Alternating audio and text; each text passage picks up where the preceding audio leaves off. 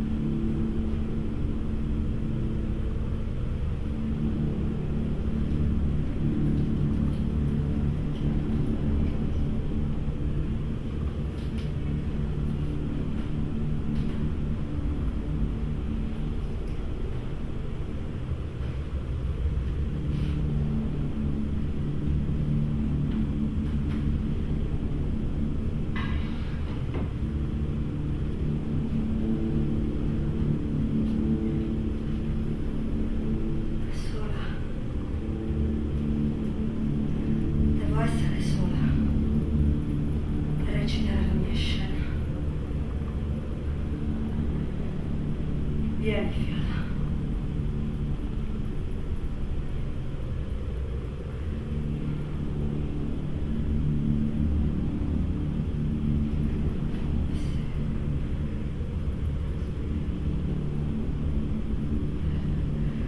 Se questa mistura non agisse, allora sarei sposa la mattina.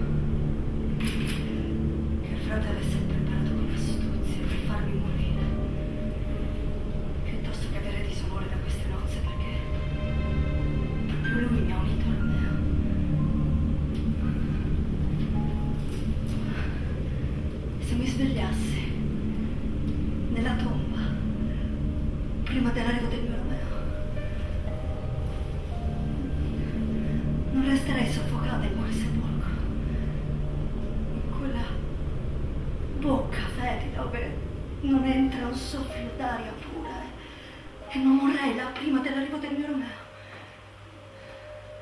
Ma se resto viva, non può darsi che l'orribile pensiero della morte e della notte, in quell'antica cripta in cui si alzano in cumulo le ossa dei miei padri, non può darsi che svegliandomi troppo presto in quel nauseabondo lezzo di morte urlando,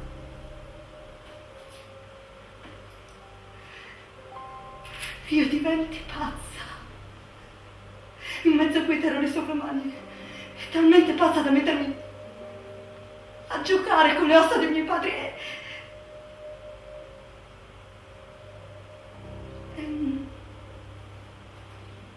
non morrei là prima dell'arrivo del mio Romeo.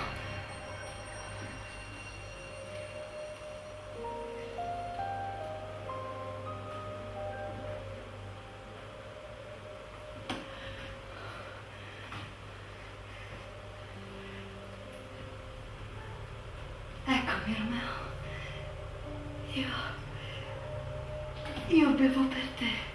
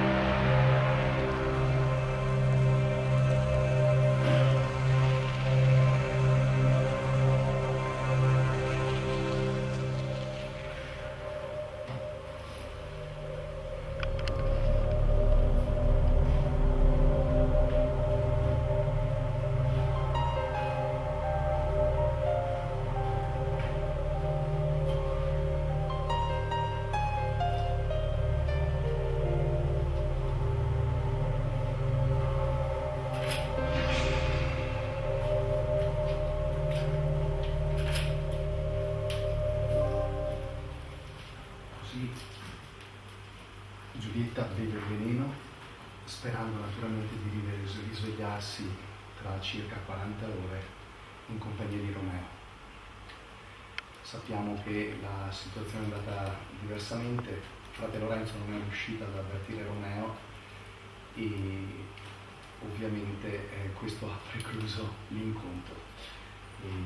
La scena si chiude qui, domani mattina alle 10 la Balia verrà a svegliare Giulietta, la troverà morta e quindi faremo un corteo funebre dalla casa di Giulietta fino alla tomba. Questa era la scena numero 10 del Giulietta Romeo Life. Grazie di essere stati con noi, continuate a seguirci, casashakespeare.it. Grazie.